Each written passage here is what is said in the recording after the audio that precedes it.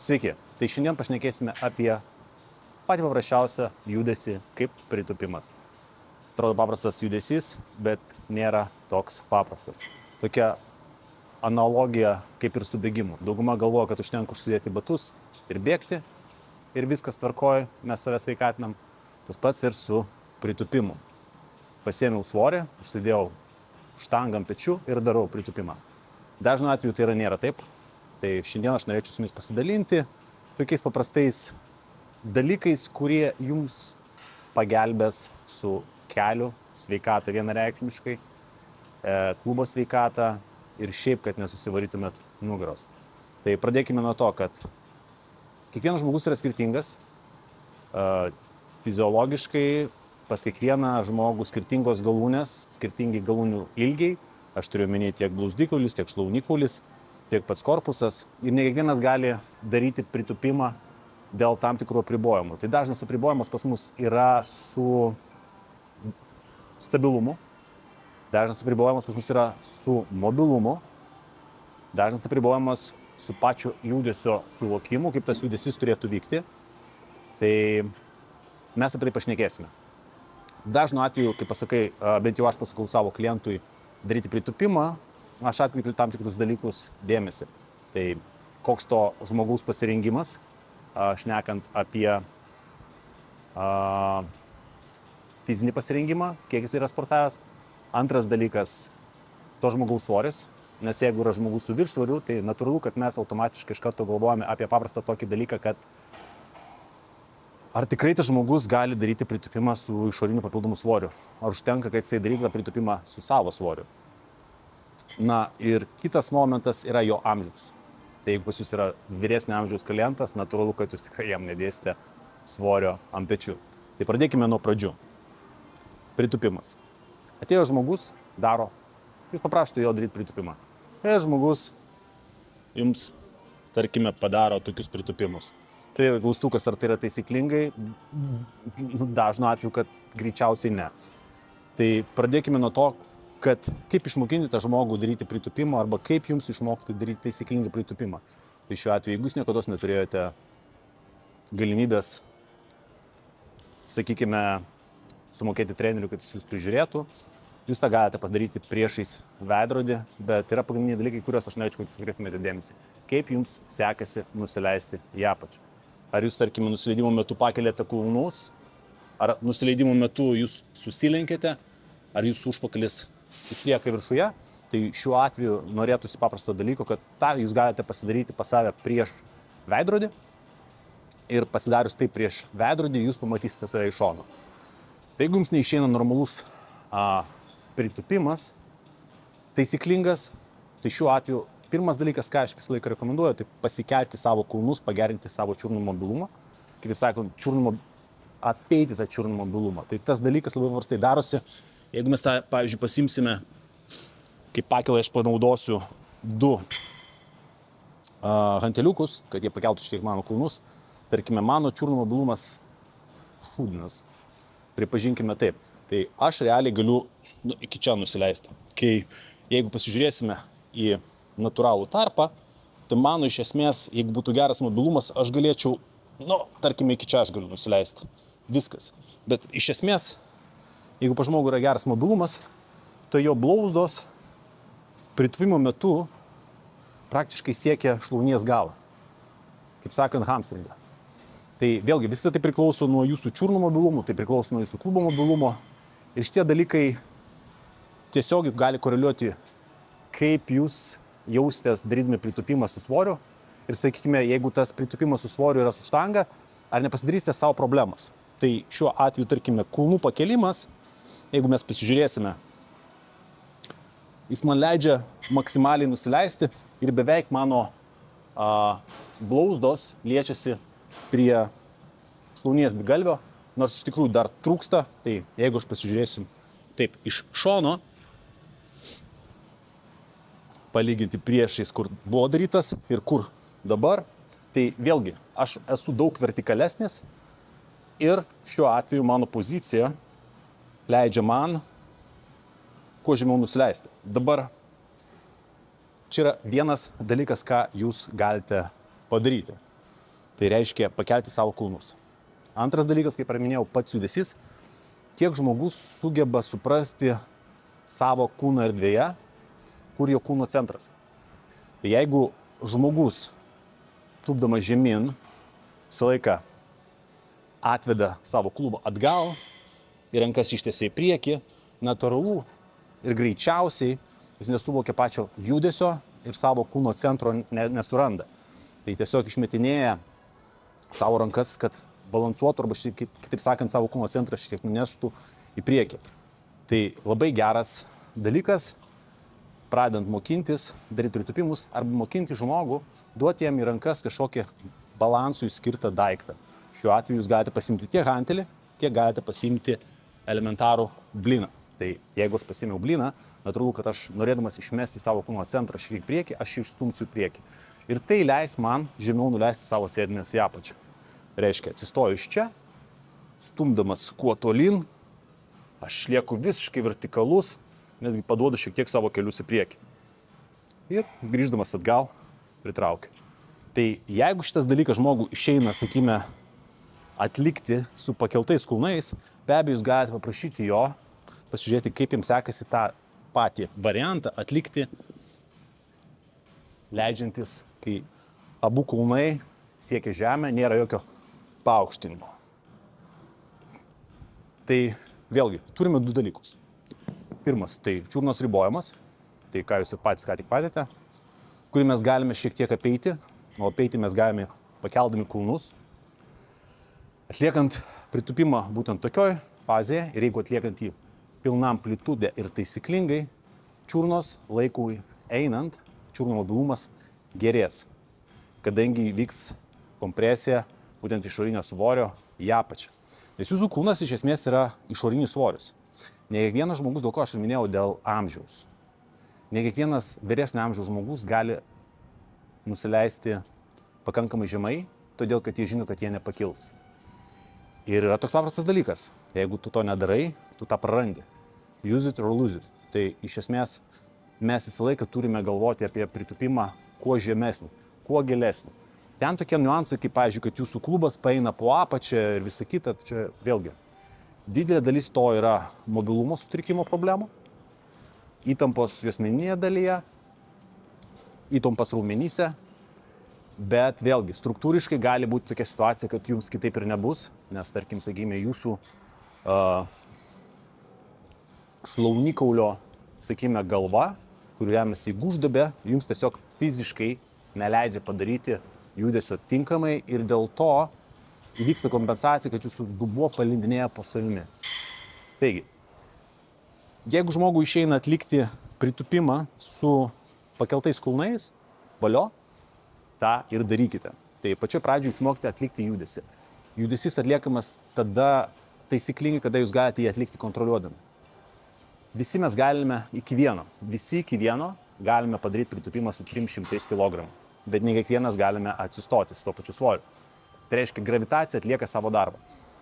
Norint išmokinti patį judesį, vėlgi jūs galite įtraukti tokį kaip gravitacinį momentą, tempą. Tempo metu jūs kontroliuojate patį visą judesį, kaip randasi jūsų judesys būtent atlikime, lygiai taip pat grįžimas atgal.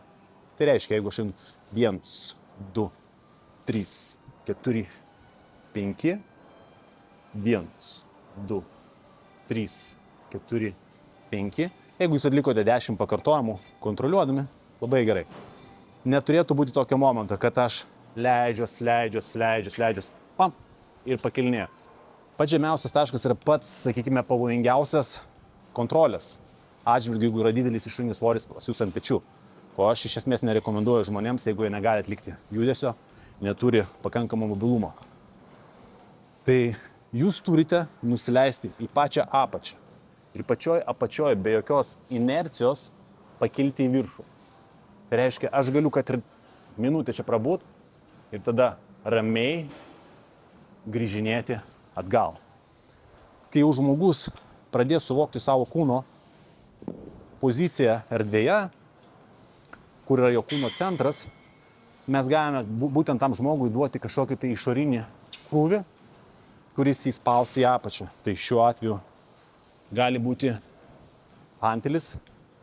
Dabar hantelis turėtų būti atremtas į krūtinę ir būtent krūtinkaulį ir pečių juostos lanką. Kadangi pas mane yra čionais uždėtas mikrofonas, tai pasistengsiu, kad nesiremtų, bet iš tikrųjų visą tai turėtų remtis. Ir šiuo atveju aš laikau svorį, sakykim taip, tai kaip kažkokią gralio taurę. Ir jis mane spaudžia į apačią. Aš ramiai einu, nusileidžiu. Ir iš esmės svoris atlieka gravitaciją, jis mane spaudžia. Mano praktiškai klubas pradeda, sakykime, šlaunies galas, galvis liesti blauzdas ir vėl grįžtu atgal. Dabar labai dažnų atvejų, kas vyksta. Netgi tokioje pozicijoje, kai jūs duodate žmogui šiek tiek palengvinimo, nežinant, kaip atlikti judesį ir kokius raumenis aktyvuoti, susidaro šiek tiek tam tikrų keblumų. Ką aš turiu omeny? Pats visas iš judesys, aš tarkim galiu leistis į apačią ir mano keliai iš esmės tiesiai eina, taip? Ir aš galiu nusileisti į tokią poziciją. Bet iš esmės mano šlaunikaulis, priklausomai nuo mano mobilumo ir mano pačio šlaunikaulio kaulo struktūros, jisai uždaro klubą. Tai reiškia, fiziologiškai aš negaliu nusileisti taip žemyn, kaip norėtųsi. Ir tai yra labai normalu, todėl kad yra apribojimas. Tai kaip man atlikti gilesnį pritūpimą, jeigu aš turiu apribojimą? Dažnu atveju man tiesiog reikia save atsidaryti. Tai atsidarimas šiuo atveju yra kelių išvedimas į išorę. Jeigu mes šnekame apie patį pritūpimą, pačio pritūpimo esmė visą laiką yra tokia, kad kai mano pėda pilnai atsirėmus į žemę, aš liktai grėžiu ją, liktai norėčiau išgręžti. Įsivaizduokite, kad jūs uždėjote, numetėte šiukšlę ir norite ją sutraiškyti, taip? Tai aš, sakykim, kad ir traiškau, mano kūnas yra pakilęs, bet jūs įsivaizduokite, kad užminėte ant šiukšlės ir bandote ją traiškyti ir sukti į išorę. Natūraliai jūsų blauzdikaulis, jūsų šlaunikaulis pradeda šuktis į išorę. Aktyvuojasi mūsų sėdmens vidurinis raumuo. Pas dažną jisai be abejo nesiaktyvuoja, nedirba taip, kaip turėtų dirbti. Tai vėlgi, tą mes turime žmogų išmokinti. Jeigu žmogus nesugeba to atlikti, mes galime jam padėti su kažkokiu tai išoriniu impulsu. Dažnas išorinis impulsas yra, kai mes kažką liečiame, kai mes kažką tai spaudžiame, arba sudarome patį pojūtį, į ką reaguoja mūsų kūnas. Tai pats geriausias variantas yra guma. Tai pati paprasčiausia guma, jinai daug, kaip sakant, neužima vietos. Mes ją užsidedam ant kelio ir tūpimo metu visą laiką išvedinėkite kelius į išorę, maksimaliai, kiek išeina. Tai reiškia, kas įvyks? Aktyvuosis mano sėdmens vidurinis raumuo, jūs duodate žmogų užduotį, arba jūs duodate pats savo užduotį, pritūpimo metu išvedinėti kelius į išorę, arba, kaip sakant, plėšti gumą į išorę. Maksimaliai gumą. Kas atsitinka? Jeigu aš buvau šitokioj pozicijoje ir aš atsidariau, aš dar giliau nusėdu, nes realiai aš leidau savo kūnui susmegti į apačią.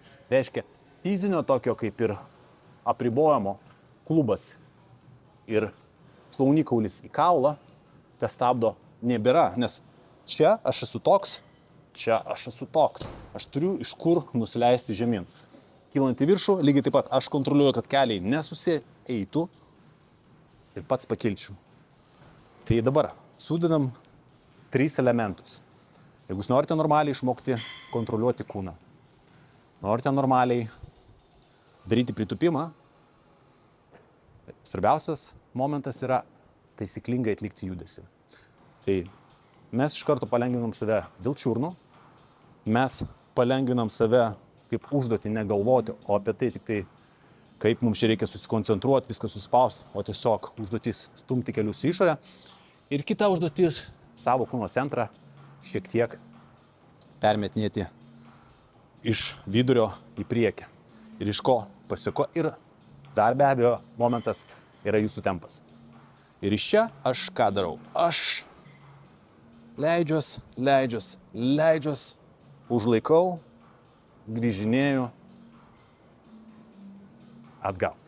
Jeigu jūs pastebėjote, aš paduodu savo kelius į priekį, kad mano klubas leistųsi kuo žemiau, o ne atgal. Tai reiškia į priekį ir į šonus. Ir grįžau atgal.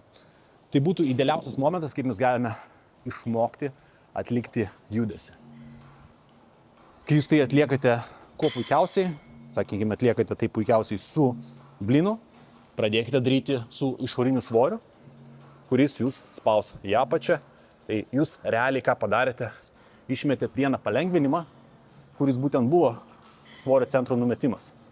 Tai aš išmečiau tą palengvinimą, pasisunkinau, yra du dabar tokie kaip ir pagalbiniai variantai, guma ir hanteliai kulnams pakelti. Tai iš šitos pozicijos grįžtu atgal.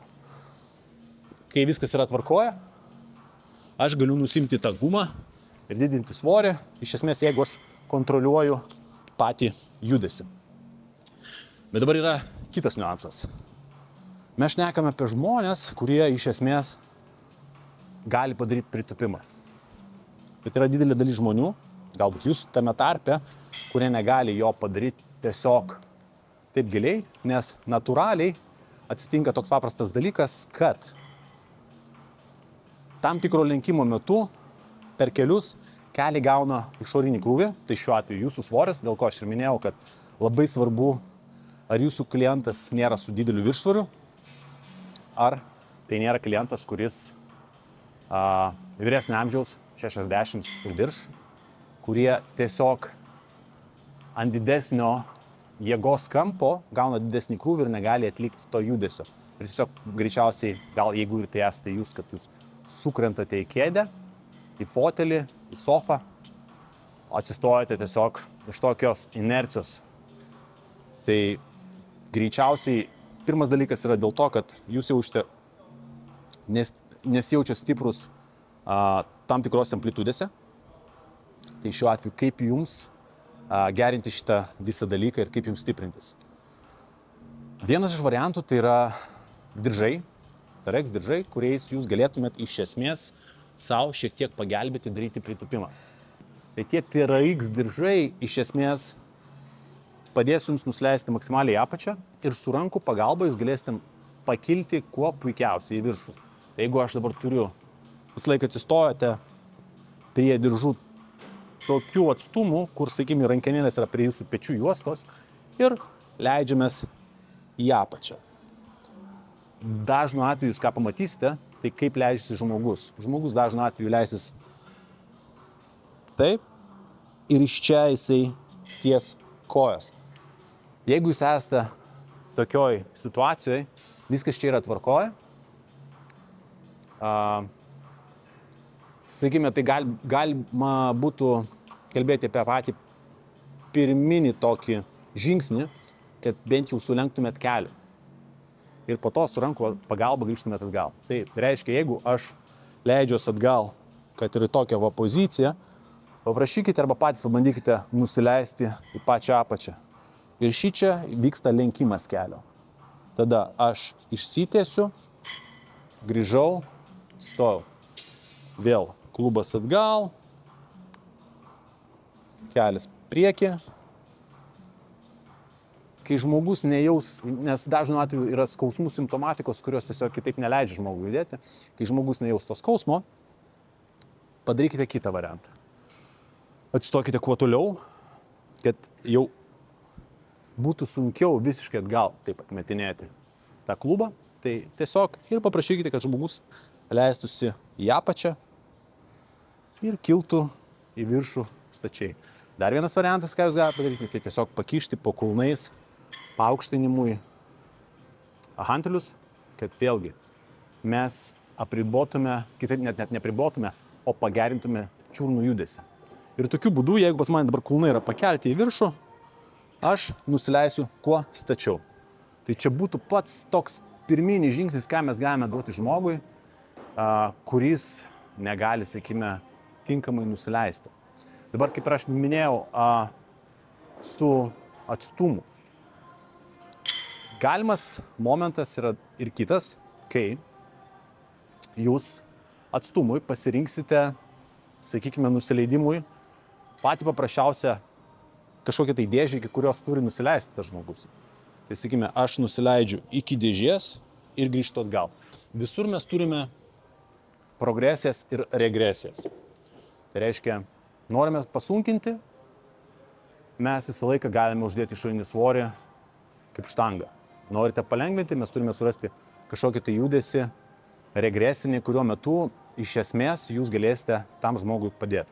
Tai va, tai mes pradėkime nuo to, kad mes turime, sakykime, steperius, jo? Čia yra labai aukštas, sakykime, lygis, bet jeigu žmogus yra senesnio amžiaus, natūralu, kad jisai galės galbūt iki šičia pritupt, atsisėda, pasilošia į priekį, atsistojo. Gali būti, kad vyresnio žmogus gal netgi ir taip negalės padaryti. Tuomet mes galime jam sukurti balansą. Tai šiuo atveju mes jam sukurdami balansą, išvesime sekundėlę. Sukurdami balansą, mes iš esmės ką darome?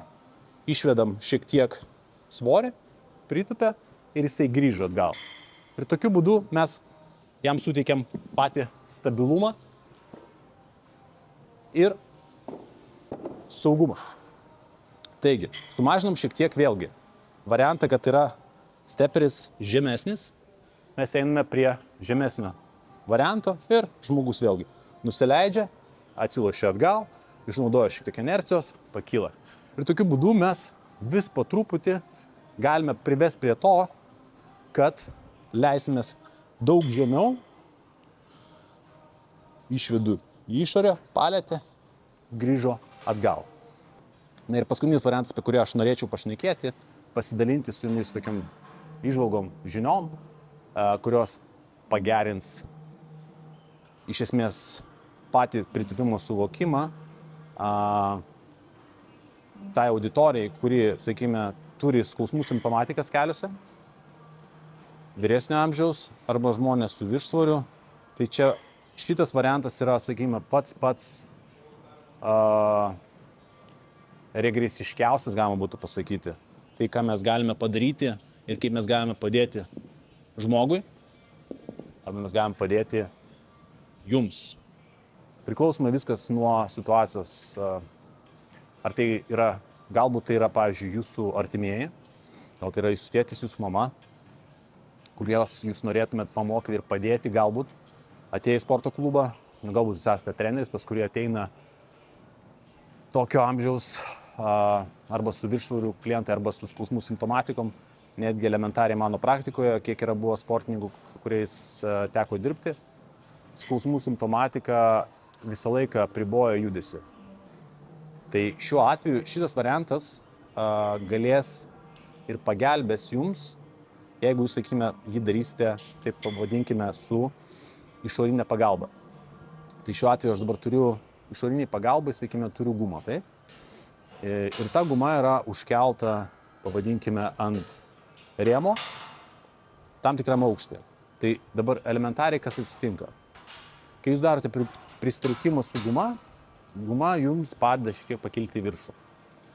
Kai jūs, sakykime, darysite dabar pritupimą su gumos pagalba, tai guma jums leis nusileisti. Mūsų kampai pritupimo, dažnu atveju, kaip, pavyzdžiui, žmogus daro pritupimą iki čionais, kodėl jisai nesileidžia į apačią? Nesileidžia todėl, kad atsiranda jausmas, kad jisai negalės pakilti. Tai reiškia, pats kūnas iš esmės tave stabdo. Bet jeigu, nes patys didžiausios apkrovos yra žemiausiuose kampuose, tai reiškia, kuo žemiau nusileidžiu, mano sąnariai tam tikruose kampuose raiščiai pajaučia didelį krūvį, ko pasiekoje klausimas, ar aš iš tenais pakilsiu į viršų. Tai labai dažnai tam tikruose atvejuose, sakykime, guma gali jums padėti. Nes kuo žemiau leisiuos, tuo daugiau guma įsitempinės. Kuo daugiau guma įsitempinės, tuo daugiau nuiminės krūvį būtent nuo mano kūno. Tai šiuo atveju, jeigu aš įsivaizduokime sveriu 100 kg ir darau su guma, sakykime, pritupimą, žemiausiam taške mano kūno svoris arba apkrova, sakykime, ant kelių bus daug mažesnė negu aukštesniuose kampuose. Todėl, kad tiesiog guma nuiminės krūvį. Tai šiuo atveju aš atsiremiu į gumą ir ką aš darau. Vėlgi, visas judesys dažnu atveju reikia visą judesį atlikinėti su kontrole. Jeigu jums skauda kelį, guma nuims išorinį papildomą svorį, ko pasiekoje jums bus daug lengviau atlikinėti. Tai reiškia, nusileidžiu į apačią, grįžtu atgal. Kiekvieną kartą, ką jūs dar papildomai galite padaryti, vėlgi mes taip šnekėjome, regresijos, progresijos. Kiekvieną kartą, ką jūs galite padaryti, tai tiesiog padaryti progresiją. O šiuo atveju progresija yra, kad kai aš pasiemu nuimu gumą, nes kuo aš aukščiau užkeliu gumą, tuo gumos didesnis palengvinimas. Bet kuo aš, sakykime, dabar nuleidau per netgi 3 skylės,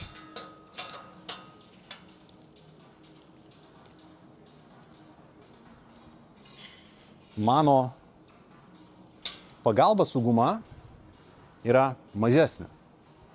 Ir jau iš tos pozicijos didesnį kelią aš atlieku savo kūno svoriu, perina krūvis per kelių sąnarius ir tada čionais, kai jau mane pradeda stabdyti gumą, lengvinti man tą kelią, aš nusileidžiu į apačios ir vėl čia jau man praktiškai nepadeda, jau aš turiu kilti į viršų.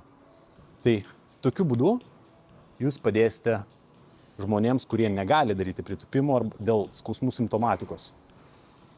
Tai įsivaizduokime žmogų, kuris atėjo pas jūs su skausmų simptomatika keliuose. Įsivaizduokite žmogų, kuris atėjo pas jūs su viršsvoriu. Įsivaizduokite vyresnio amžiaus moterį, kuri pas jūs atėjo, ar vyresnio amžiaus vyras. Ir jie tiesiog negali daryti pritūpimų. Visi šitie žingsniai pagelbės jums išmokinti tą žmogų daryti pritūpimus ir nebijoti tuo krūvio. Tai šiandien bus tiek ilgai aiškinta, bet tikiuosi šitas variantas jums patiks. Todėl palinkėjimas paprastas. Sportuokite protingai ir saugiai. Geros jums dienos ir būtinai pasibandykite šitos visus variantus.